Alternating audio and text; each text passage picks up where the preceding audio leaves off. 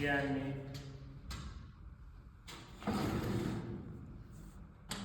ఆ సత్యానికి కావాల్సినటువంటి జ్ఞానాన్ని తెలుసుకొని మన జన్మాన్ని సార్థకం చేసుకునేటువంటి ఒక ముఖ్యమైన ఉద్దేశం. దానికోసము ఎన్నో మార్గాలు ఉన్నాయి. ఆధ్యాత్మికం ఒక్కొక్కరు ఒక్కొక్క మార్గం పట్టుకొని ముందుకు పోతున్నారు. ఫలితం ఏమైతే ఎవరికి తెలియదు, వాళ్ళకే తెలియదు, పోయే వాళ్ళకే ముందుకు ఏమైతుంది. ఎలా అంటే మధ్యలో ఎన్నో ఆటంకాలు, వీళ్ళ అనారోగ్యాలు రావచ్చు, వేరే సమస్యలు రావచ్చు. వాటి మధ్యలో ఇరికిపోయి ఈ దావని ఇచ్చిపెట్టేసి ఆ దావని తిరుగుతాం. అంతే కదప్పా, ఈ దావని పోతా ఉంటామా. రాళ్ళు ఉంటాయి, ముండ్లు ఉంటాయి, పాములు ఉంటాయి, మల్లిగప్పులు ఉంటాయి, ఎన్నో రకాలుగా ఉంటాయి. ఈ దావ బాగాలేదు, ఆ బాగా సర్వీస్గా ఉంది, పదా ఆ దావని వెళ్ళిపోదాం. మన కాళ్ళకి ముళ్ళు కూర్చోకుండా ఉంటాయి, ఏ సమస్య లేకుండా చెప్పి ఆ దావని వెళ్ళిపోతాం. అంతే కదా. అది మనిషి నేచర్, కంఫర్ట్ జోన్ అనమాట.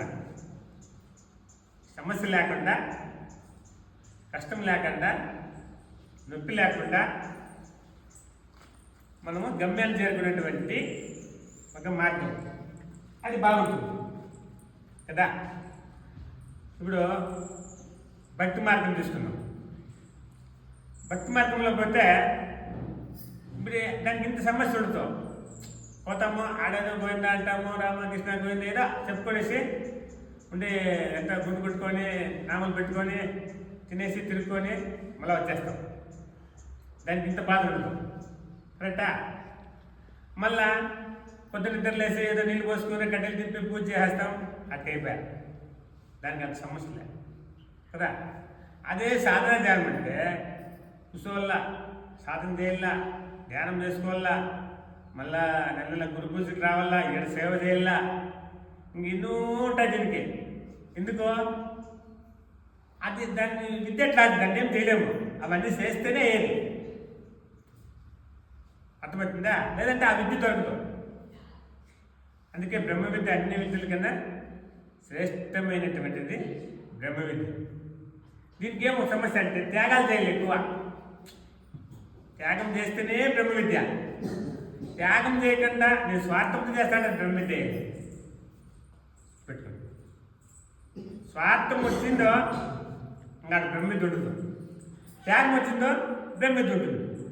బ్రహ్మ విద్య ఉంటుంది, అసలైన వెంటూ ఉండవు. ఏంటివే ఈ భోగ భాగ్యాలంటే ఖాళీ అయిపోతాయి. ఎలాంటి దానం చేయాలి కదా, వర్షగా పెట్టేసి. ఇది ఉంటే అది ఉండదు, అది ఉంటే ఇది ఉండదు. చూడండి, దానికే ఒక కథ, చిన్న కథ. ఒక యోగి ఉండి ఆయన ఒక ఊరు పోయినాడు. ఇట్లా దావిడి పోతా పోతా ఆ ఊరికి పోయినాడు. ఆ రోజు నైట్ అక్కడ నిలబడినాడు. అక్కడ వాళ్ళకంతా కొంచెం వేదాంతము అది ఇది క్లాస్ చెప్పినారు. ఇంకా పొద్దున్నే ఆయనకు బాగా అన్ని సౌకర్యం చేసి బాగా భోజనాలు పెట్టి గురువుకి అన్నీ ఏమేమి కావాలో అన్నీ చూసి ఇంకా అందరూ ఆశీర్వాదాలకు వస్తున్నారు. వాళ్ళు ఊళ్ళకి వచ్చినారు. స్వామి మాకు అట్లా ఆశీర్వాదం చేసాము. ఆయన ఒకే మాట చెప్పా, మీరంతా ఈ ఊర్లో ఉన్న వాళ్ళందరూ అర్థమైనా మీరు ఉద్ధారం కాకూడదు అండి, మీరు ఎవరు బాగుపడకూడదు అని చెప్పి ఆశీర్వాదం చేసి.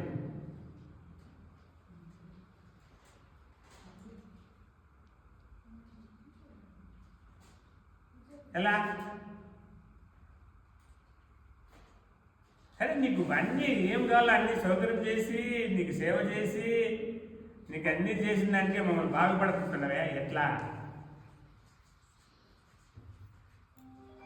చెప్పండి నేమా సరిపోలే. సరే ఇంకా అడ్డంగా వెళ్ళిపోయారు. మళ్ళీ మరుసటి రోజు ఇంకో ఊరికి వెళ్ళిపోయారు. ఆడ సత్సంగం పెట్టుకున్నారు. ఆడ పొద్దున్నే ఆయనకి ఏం కావాలో అన్నీ ఆదిత్యాలన్నీ చూసి అంత బాగా చూసినారు. అర్థమైనా మీరందరూ బాగుండాలి. 100 కాలాల వర్షాలుగా అని చెప్పి ఆ ఊరు కదా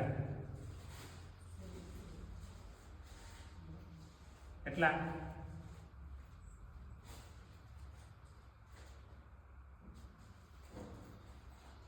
అలాంటి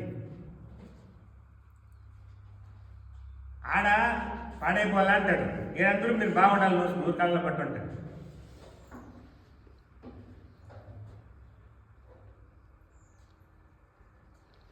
ఆడేముండే ఏడేముండే ఆడందరినీ ఒక్కొక్కరు అందరినీ ఆశ్రమం చేశా. ఏమని మీరంతా దేశాల పాలైపోవాలని వీళ్ళగా మీరు ఏడే ఉండాలా, ఈ ఊళ్ళో ఉండాలా, మీరు ఎక్కడ పోకూడదు అని చెప్పి వాళ్ళకి ఆశీర్వాదం చేశారు. కారణం ఏమి ఈ ఉండే వాళ్ళకి మంచి గుణాలు ఉంటాయి, మంచి త్యాగం ఉంది, అందుకు మీరు దేశాంతరం వెళ్ళిపోవాలని చెప్పారు. మీ ఎట్ల వాళ్ళు పోతే దేశం మొత్తం బాగుపడుతుంది, 10 మంది పచ్చగా అవుతారు, మీరు ఒకేతా ఉంటే ప్రయోజనం లేదు అని మీరు దేశాల పాలైపోవాలని అర్థం చేశా. వీళ్ళు స్వార్థం ఎక్కువ ఉంది, వీళ్ళ దగ్గర అజ్ఞానం ఎక్కువ ఉంది.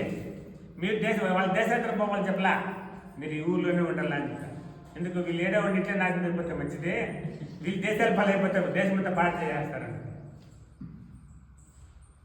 స్వార్థం ఉండే తావా భోగ భాగ్యాలు ఉంటాయి, డబ్బు ఉంటుంది, సంపద ఉంటుంది, ఆస్తి ఉంటుంది, అంతస్తు ఉంటుంది, అన్నీ ఉంటాయి. బ్రహ్మజ్ఞానం ఉండదు. నిస్వార్థం ఉండే చోట నియమకాలు అన్నీ ఉంటాయి.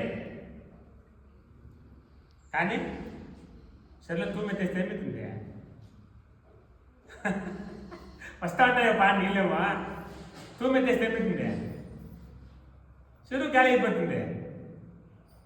చెరువు ఖాళీ అయిపోతే ఏమవుతుందంట? చెరువు ఎంతకాలం వస్తే ఏమవుతుంది? ఎండిపోతుంది, ఖాళీ అయిపోతుంది. ఖాళీ చేసుకునేదానికి మనం మానవ వచ్చినది.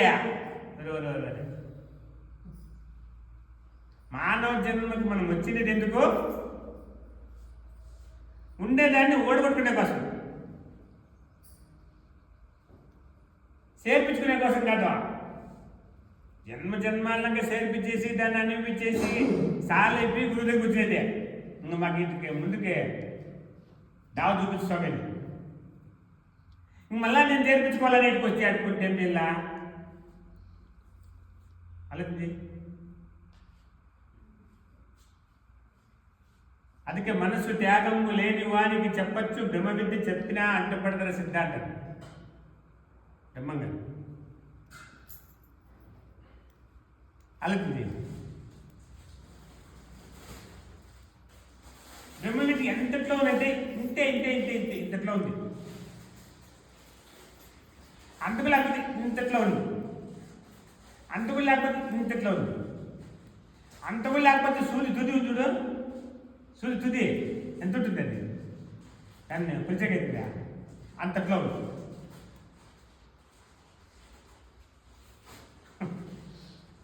అంతట్లో ఉంది. దాన్ని పెట్టుకోవాలంటే ఇదేమి కావాలా, దీన్ని ఇచ్చిపెట్టి అది పట్టు చిక్కిపోతుంది. దీన్ని పట్టుకుంటే అది దాన్ని చూస్తావా? సూర్యుడు తుది ఎట్లుంది అంటుందో బాగా అట్లా పట్టుకో ఉంది నిన్ను. నువ్వు అది అయిపోతే చాలా ఇది 5 నెలలు పడుతుంది. నువ్వేం చేస్తున్నావు? దీన్ని బాగా భద్రంగా పెట్టుకోవడము. 100 కేజీలు 70 కేజీలు 80 కేజీలు దాన్ని పట్టుకునే పోతాను, జారిపోతావు. దీన్ని అంత సూక్ష్మం కాదు. అందుకని సూక్ష్మంలో ఉంది మోక్షం అని చెప్పారు. ఆ సూక్ష్మానికి నువ్వు రావాలా. చూడ మేలురా, చూడపోతే బట్ట బయలురా. ఆ చూసేవాడు పోవాలా. చూసేదే సరి అనుకుంటున్నాం, చెప్పేదే సరి అనుకుంటున్నాం, వినేవాడే సరి అనుకుంటున్నాం, ఈ శరీరమే సరి అనుకుంటున్నాం, ఈ శరీరానికి సంబంధించిన సంబంధాలే సరి అనుకుంటున్నాం. అలాగే మన ప్రాణమే గొప్ప అనుకుంటున్నాం. ఇవన్నీ కూడా ఎవరిది మూలమో అలాగే ఎవరు మూలమో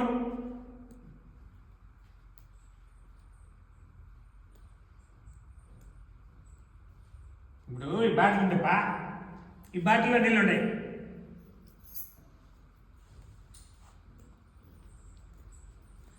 నీళ్ళు గొప్పదా బాటిల్ గొప్పదా?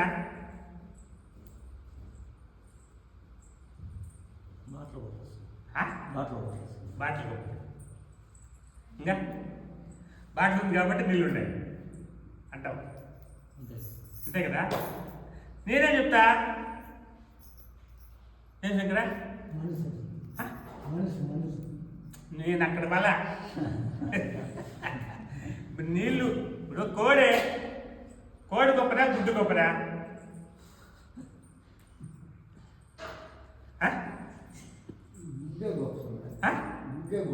ఎట్లా కోడి ఎట్లా గొప్ప? గుడ్డు ఉంటే కోడి వచ్చాక, కోడి ఉంటే గుడ్డు వచ్చాక లెక్క గొప్ప అవుతుంది.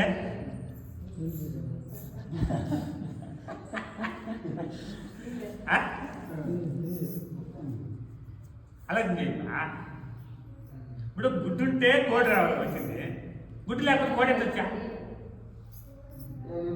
నువ్వు కోడి గొప్ప గుడ్డు వచ్చింది కదా, మరి ఎట్లా గొప్ప? అలాగే అట్లా ఈ బాటిల్లో ఉండే నీళ్ళు గొప్పది కాదు, ఈ బాటిల్ గొప్పది కాదు, ఈ బాటిల్ పట్టుకోవాలి చూడు వాడు గొప్పడు. అది సత్యం. అట్లా ఈ ఇంద్రియాలు, ఈ దేహము, ఈ సృష్టి ఎంత గొప్పది కాదు. దీన్ని ఒకటి పట్టుకోవాలి, దీనికి ఒకటి ఆధారం ఉన్నాడు, అది గొప్ప, వాడు గొప్ప. వాడు నువ్వు వీరు పట్టుకొని ఏడ్చేస్తానా? నేనేం చేసేదే?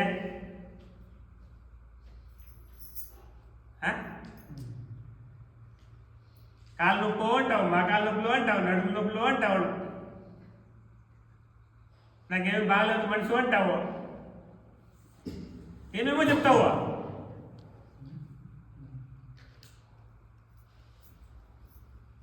దీని ఎంత పట్టినా కాబట్టి అవేమి బాగుండవు. దీన్ని పెట్టుకో, వచ్చేవన్నీ పోయేవన్నీ నువ్వు సరిపోతావు. మనకు రెండు ఉన్నాయి గొప్పవే.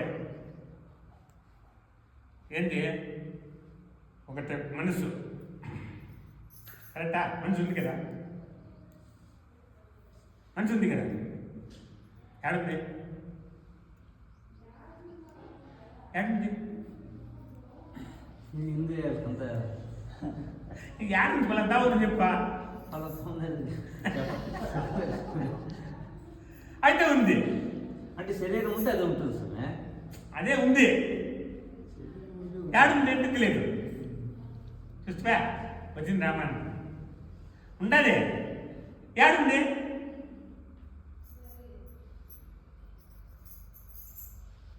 రాత్రి పట్టుబడి తెలిపినావా మనిషి ఉందా?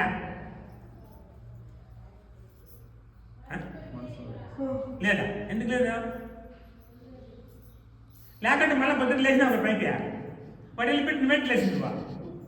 పొద్దున్న బాగా పట్టిందిరా, లేకపోతే బాగా కొట్టేస్తారా? ఆ లాజిక్ వేదాంతం అనేది ఒక లాజిక్ అర్థం చేసుకుంటే చాలు. నేను తినాలే గంటలే ధ్యానం చేస్తాను, సాధన చేస్తాను, నేను అద్దెన్నో ఇద్దెన్నో, నేను అట్లుంటాను ఇట్లుంటాను, అవన్నీ ఒక ఎత్తితే అర్థం చేసుకుంటావు చూడు వేదాంతాన్ని, అదొక ఎత్తు. అవన్నీ ఒక ఎత్తు ఇన్స్ట్రుమెంట్ కావాలి నేను ఉంటాను. ధ్యానం చేయాలా, సాధన చేయాలా, అవన్నీ చేయాలి. అవన్నీ ఒక ఎత్తు. నువ్వు అర్థం చేసిన చూడు, వేదాంతాన్ని సూక్ష్మంగా ఆలోచన చేస్తావు చూడు, అదొక ఎత్తు. ఇప్పుడు గురువుని పూజ చేస్తాం 5 నెలల్లో వచ్చే గురు పూజ చేస్తాం. ఏంటి చేస్తామా?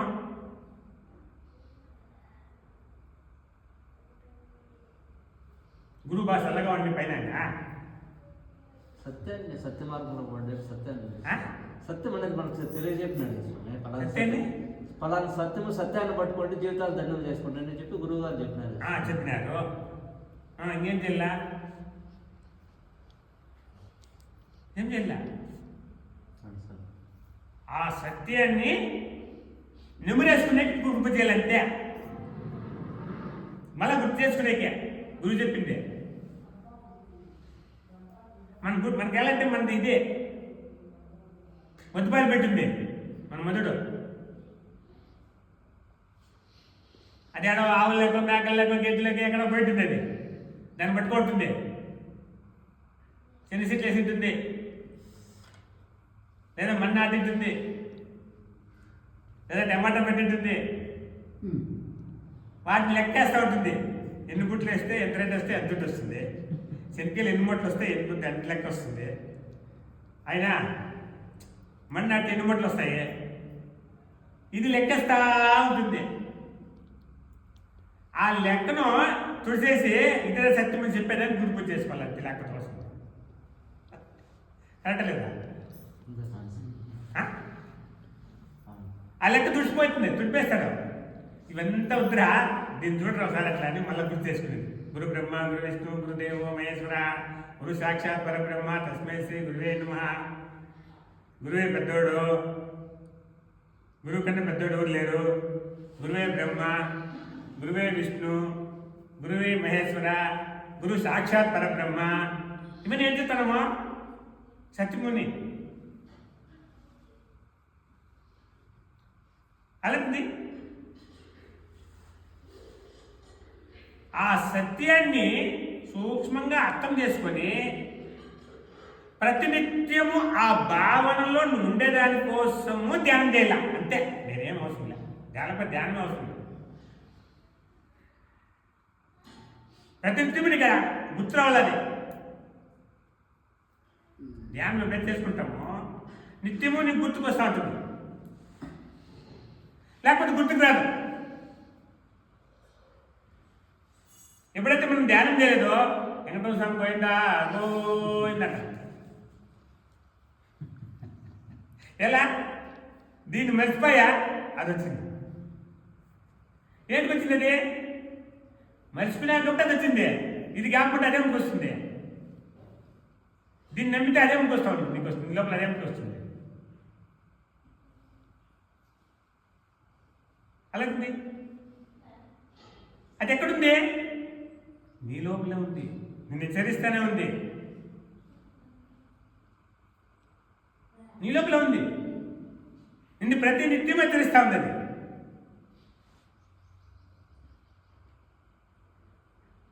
ఏమని? నన్ను చూడు, నన్ను చూడు, నన్ను చూడు, నేను దండం చేస్తాను, నేను అది ఎట్లా ఉంటుంది.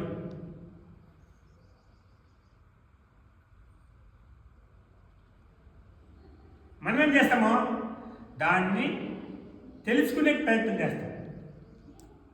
దేన్ని తెలుసుకునేకే? దైవాన్ని తెలుసుకోవద్దు. నువ్వు తెలుసుకోవద్దు. నువ్వు ఇప్పుడు ఏం చేసుకున్నావు దాన్ని ఇచ్చిపెట్టేసాను దేవుడు. దాన్ని తెలుసుకోవద్దురా నువ్వు, నీకు అవసరం లేదే. ఆ పంచాయతీ అంతా పోవద్దు. మళ్ళీ ఆ క్లాసు ఈ క్లాసు, ఆ చదువు ఈ చదువు ఈ చదువు ఈ చదువు చదువు అవంతా చదివేసి దాంట్లో పెట్టుకునేసి ఇదా అదే, అది కాదు ఇది, ఇది కాదు అది, ఇవంతా వద్దు నీకు పంచాయతీ. ఇప్పుడు నీకు ఏమి తెలిసిందో దాన్ని నువ్వు పెట్టేసా. ఆ తెలుసుకున్న దాన్ని ఇచ్చిపెట్టేదానికే ఈ బ్రహ్మ విద్య కావాలా.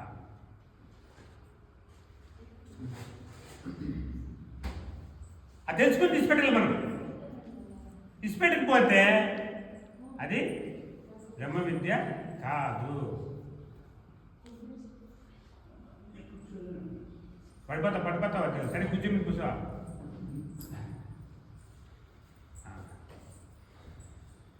అప్పుడు మనం ఏం చేస్తున్నాము, దాన్ని తెలుసుకోవాలా, దాన్ని తెలుసుకొని దాన్ని పట్టుకోవాలా అని మనం ఎంత ప్రయత్నం చేస్తున్నామో అది ఎప్పుడు కూడా ఊరు దాన్ని తెలుసుకునేది చాలా.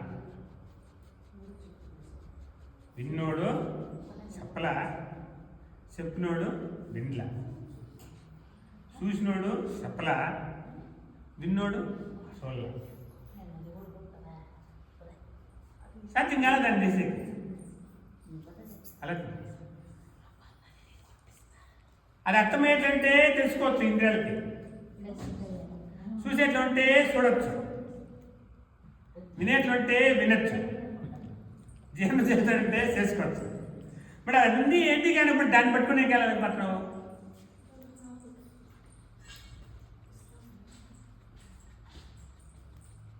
చూడు మాయ కదా.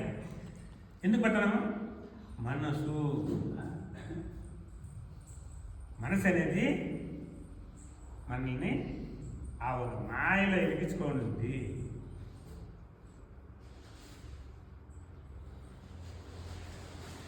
అంటే బంద్ చెప్పు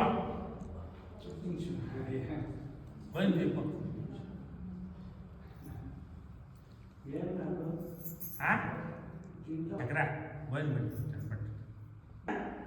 ఆ యొక్క సత్యాన్ని ఏ విధంగా ఉందో దాన్ని తెలుసుకునేకి ప్రయత్నం చేయాలి. లేదంటే మానవ జన్మ అనేది పరిజ్ఞానం ఏం చేయాలి. అందుకే తెలుసుకోవాలా దాన్ని చూడాలా దాన్ని వినాలా అని మనం ముందుకు పోతానే ఉన్నాము, కానీ వింటానే ఉంటాము, తెలుసుకుంటూనే ఉంటాము, చూస్తూనే ఉంటాము, దాంట్లో నిలబడలేము. ఇదే ప్రాబ్లం. అలాగే దానికి బుధాసం చెప్పింది, ఎరుకే లేదని ఎవరికి తెలియదు, ఎరుకే లేదని ఎవరికి తెలియదు, మరుగై ఉన్నది పరిపూర్ణం. ఎరుకే లేదని ఎవరికి తెలియదు, మరుగై ఉన్నది పరిపూర్ణం. గురు కారణమై గురిగను వారికి, గురు కారణమై గురిగను వారికి స్థిరమై ఉండును పరిపూర్ణం. ఎరుకే లేదని ఎవరికి తెలియదు, మరుగై ఉన్నది పరిపూర్ణం. వేదాతీతులు బోధ చేతురు, వేదాతీతులు బోధ చేతురు పరిపూర్ణం. ఎరుకే లేదని ఎవరికి తెలియదు, మరుగై ఉన్నది పరిపూర్ణం. ఆ పరిపూర్ణాన్ని ఎవరు చెప్పింది? వేద అతీతుడు. వేదాలకి అతీతంగా ఎవరైతే నడుచుకుంటున్నారో వాళ్ళు మాత్రం ఆ సత్యాన్ని చెప్పగలరు. వేదాన్ని పట్టుకొని చెప్పేకెళ్ళా ఆ వేదము, ఈ వేదము, మూగేదము, ఋగ్వేదము, సామవేదము, యజుర్వేదం 4 వేదాలు చదివేసినట్టు వేదాంత దేవుడు ఎట్లా చంపుతాయి అట్లా అని చెప్తాడు. దాంట్లో కథ దాని ముందు చెప్పలేదు ఎవరు ఉండాలా? వేద అతీత, వేదానికి అతీతమైనటువంటి స్థితిని ఎవరైతే పొందింటారో వాళ్ళు చెప్పేదే ఆ పరిపూర్ణం, అదే సత్యం. గుర్తుపెట్టుకో. అర్థమవుతుందా? అటువంటి సత్యాన్ని మన అంతరంగంలోనే సాధన ధ్యానం చేసుకొని గురువు చెప్పిన వాక్యం పైన నమ్మకం పెట్టుకొని మనం నడిస్తే మాత్రమే అది మనకు అర్థమవుతుంది, కానీ లేదంటే సాధ్యపడదు. సాధ్యం కాదండి. సాధ్యం అయ్యేటువంటి ఎవరైనా పట్టుకోవచ్చు, ఎవరైనా తెలుసుకోవచ్చు, అది సాధ్యం కాండి. దేని సాధ్యం కాండి? ఈ ఇహంలో ఉండేటువంటి వీటి ఏది కూడా దాన్ని తెలుసుకునేకి అవకాశం లేదు. గుర్తుపెట్టుకోండి. దానికి రహితమైనటువంటి స్థితికి నువ్వు చేరుకోవాలంటే దానికి ఆధారంగా ఉండేటువంటి ఉసిరాటం ఏదైతే ఉందో ఆ ఉసిరాటాన్ని మనము దాని జట్లో ధ్యానం చేస్తే మాత్రం ఆ స్థితికి చేరుకోగలుగుతాం, కానీ ధ్యానం చేయకపోతే ఆ స్థితికి మనము చేరలేము. గుర్తుపెట్టుకోండి. అర్థమవుతుందా? దానికి చెప్పే తాత జననీ జనకుడు లేక, జననీ జనకుడు లేక జననమైన వాణి దాపు చేరిన వాడు ధన్యుడాయే. నిత్య పూజలేలై జీవశిలలకు, నిత్య పూజలేలై జీవశిలలకు నాద బ్రహ్మానంద నారాయణ కవి అని చెప్పా. ఆ తల్లిదండ్రి లేనటువంటి వాడు ఉన్నాడు లోపల ఆడుతున్నాడు. మన తల్లి లేదు, తండ్రి లేదు. వాళ్ళ తల్లిదండ్రులు ఎవరు? వీళ్ళు ఇంద్రియాలు. ఇంద్రియాల తల్లిదండ్రులు ఎవరు? నువ్వే.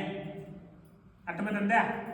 ఆ మనిషికి ఆ యొక్క వానికి విశ్రాటానికి తల్లిదండ్రులు అనేవాడు లేదు. ఎందుకంటే అదో ఆ దైవ శక్తి నుంచి వచ్చేటటువంటి శ్వాస కాబట్టి దానికి తల్లిదండ్రి ఉండడు.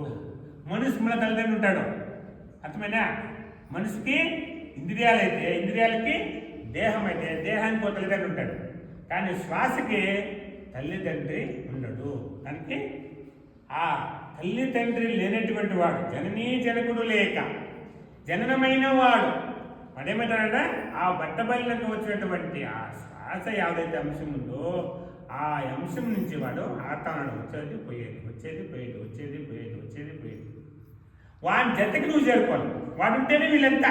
మనసు వాడుంటేనే ఇంద్రియాలు పనిచేసేది, వాడుంటేనే దేహం పనిచేసేది. వీటన్నిటిని కూడా ట్రై జరగాలంటే నీ బాడీలో ఆ ఉసిరాటం శ్వాస అనేది ఆడుతూ ఉంటే మాత్రమే, కానీ అది ఆడకపోతే దానిలో ఉండేటువంటి ఆ యొక్క జాగ ఖాళీ ఏంటంటే వాడు నిలిచిపోతాడు. అది ఉంది కాబట్టి వాడు ఆడుతున్నాడు. ఎవరు ఉండే కాబట్టి ఆ దైవం అనే కన్నం నీ లోపల ఉంది కాబట్టి వాడు ఆడుతున్నాడు. వాడు జాగ ఖాళీ చేశాడంటే నిలిచిపోతుంది. అది గుర్తుపెట్టుకో. అటువంటి ఆ శ్వాస నిశ్వాసలో మనం ఏదైతే అభ్యాసం ధ్యానం చేసుకుంటే నీలో ఉండేటువంటి ఆ భ్రమలన్నీ కూడా ఉడికి వాటిని తన స్వస్వరూపం పక్కన పోయేకి ప్రయత్నం చేస్తాయి. దాన్ని మనము సాధన ధ్యానం ఎందుకు చేయాలంటే ఆ మూల స్థానానికి చేరుకునేకి మాత్రమే సాధన ధ్యానం చేయాలి, కానీ లేకపోతే మనకేమది అవసరం లేదు. గుర్తుపెట్టుకోండి. ఆ సూక్ష్మ స్థితికి పోకపోతే నువ్వు ఇహంలోనే మళ్ళీ వ్యాపారం చేసుకుంటల్లా, మళ్ళా పునరపి జననం పునరపి మరణం. నీకు జన్మ తప్పింది కాదు, మళ్ళీ సాగు తప్పింది కాదు. రెండు వస్తూ ఉంటాయి, పోతూ ఉంటాయి, వస్తూ ఉంటాయి, పోతూ ఉంటాయి, వస్తూ ఉంటాయి, పోతూ ఉంటాయి. ఒక చైన్లకి ఇట్లా ఉంటుంది, తగిలించుకుని ఒకటి పోతే ఒకటి వస్తుంది. అర్థమవుతుందా? దాన్ని రాహిత్యం చేసుకుంటే మాత్రమే నీకు జన్మరాహిత్యం అవుతుంది.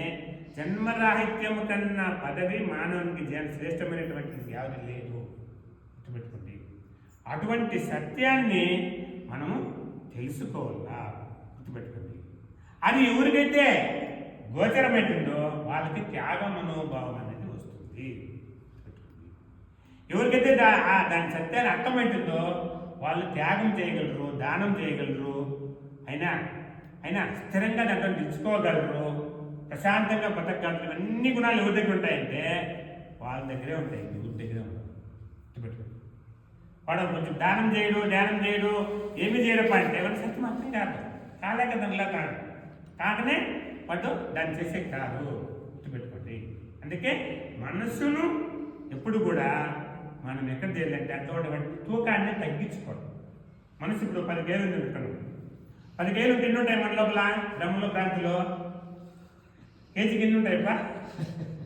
10 వేలు ఉంటాయి మన దగ్గర. ఇప్పుడు మన మనిషి ఎంత ఉంటుంది తూకము 10 కేజీలు. 10 కేజీలకి ఎన్ని ఉంటాయి బ్రహ్మలో? ఇప్పుడు కేజీ దానికి నిన్న ఉంటాయి కదా, ఇటుకలు ఎన్ని దూతాయి, లేదంటే వంకాయలు ఎన్ని దూతాయి, టమాటాలు ఎన్ని దూతాయి ఉంటాయి కదా. ఆ తూకాన్ని తగ్గించాల. మనిషి యొక్క తూకాన్ని తగ్గించుకుంటే భ్రమలు తగ్గుతా ఉంటే తూకం తగ్గిపోతూ ఉంటుంది. ఎప్పుడైతే మనిషి తూకం తగ్గిపోయినో ఆటోమేటిక్ వస్తుంది తగ్గిన ధ్యానం. అబ్బాయి ఎంత బాగుంది ధ్యానం ఎక్కడ తగ్గిపోయా? ఈ ఉసిరాటం తీస్తా ఉంటే దాంట్లో ఉండే భ్రమలు ఎక్కడ ఉంటాయి? పని చేసింది మీకే ఎక్కడుంటాయి? మెదురులో ఉంటాయి. మెదురులో సేవ్ అయింటాయి, తగులుకో ఉంటాయి. ఎప్పుడైతే నువ్వు ఉసిరాటాన్ని పైకి కిందికి నువ్వు ఉసిరాట తీసి వెళ్తావో ఆ భ్రమలన్నీ కూడా ఉసిరాటలుగా రాలిపోతాయి, కిందికి వచ్చేస్తాయి. గుర్తుపెట్టు. ఆ స్థితికి రావాలనే కోసమే దాన్ని సారుని శ్వాస పట్టుకొని ధ్యానం చేయాలి. అది స్పిట్ వేరే మాటలు నువ్వు ఏమి చేసినా కూడా నీకు ప్రయోజనం లేదు. గుర్తుపెట్టుకో. అర్థమవుతుందా? ఈ దేహాన్నే నేనని, ఇంద్రియాలే నావేని, ఈ బంధువులే మా వాళ్ళని, ఈ ఆస్తులన్నీ నావేనని మనం భ్రమ పెట్టుకొని వాటిని కాపాడుకునేకి ఈ జీవనం సాగిస్తాను తప్ప నేను పుట్టినాను, నేను దేవుడు కావాలా, ఏమైనా కానీ కష్టమైన సుఖమైన ఆ మార్గంలో నడచాలా, ధ్యానం చేసుకోవాలా, ఆశ్రమం మీద సేవ చేయాలా అని మనం ఎప్పుడైతే సంకల్పం చేసుకొని దుర్మార్గం నడుస్తామో అప్పుడు నువ్వు దేవుడు అవుతావు. వీటన్నింటినీ కాపాడుకొని మళ్ళీ అన్నింటినీ బతకాలా, సుఖపడాలా అని నువ్వు ఎప్పుడైతే పట్టుకుంటావో అప్పుడు నువ్వు మళ్ళా జన్మకు రావాల్సి వస్తుంది. శరీరం మారిపోతుంది. వీడికి శరీరం ఉండదు, వాడికి ఉండదు, ఇద్దరికీ ఉంది శరీరం ఒకటే. నేను దేవుడు అవుతాడో వీడు మళ్ళీ ఇప్పుడు జన్మకు వస్తాడు. ఇట్లా దేవుడు అవుతావా, జన్మకు వస్తావా, నువ్వే తీర్మానం కావాలి.